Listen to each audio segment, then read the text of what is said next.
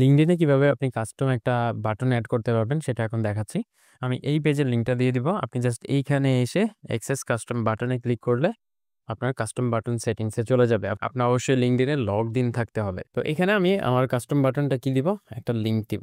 কি লিঙ্ক দিব? Calendly link দিব। হ্যাঁ, এখন ক্যালেন্ডলি লিঙ্ক কোথায় পাবেন? ক্যালেন্ডলি লিখে যদি সার্চ দেন তাহলে আপনি ক্যালেন্ডলিতে সাইন আপ করলে দেন আপনি একটা শিডিউল সিলেক্ট করবেন, দেন আপনি একটা লিঙ্ক পেয়ে যাবেন। তো ক্যালেন্ডলিতে সাইন আপ করাটা কোয়াইট ইজি। আপনি জাস্ট ক্যালেন্ডলিতে সাইন আপ করে আপনার ওই মিটিংয়ের লিঙ্কটা জেনারেট করে নেবেন।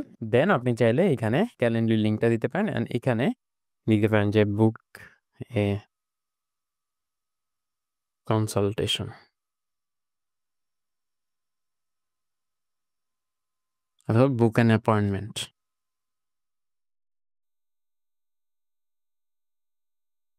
আচ্ছা, বুক অ্যান অ্যাপয়েন্টমেন্ট দিলাম অ্যান্ড দেন সেভ। আচ্ছা, এখন যদি আমি আমার প্রোফাইলে আসি তাহলে এখানে দেখতে পাচ্ছেন বুক অ্যান অ্যাপয়েন্টমেন্ট, এই লিঙ্কটা অ্যাড হয়ে গেছে। এখন যদি কোনো ক্লায়েন্ট আমার প্রোফাইলে আসে তাহলে সে এখান থেকে একটা অ্যাপয়েন্টমেন্ট বুক করতে পারবে। আচ্ছা, এই ফিচারটা হয়তো সবাই দেখতে পারবেন না, এই বাটনে ক্লিক করার পর হয়তো সবার ওইখানে শো করবে না, বাট একটা ইম্পর্টেন্ট ইনফরমেশন ছিল, সেটা হলো আপনি হয় আপনার সার্ভিসেস অ্যাড করতে পারবেন অথবা একটা কাস্টম বাটন অ্যাড করতে পারবেন।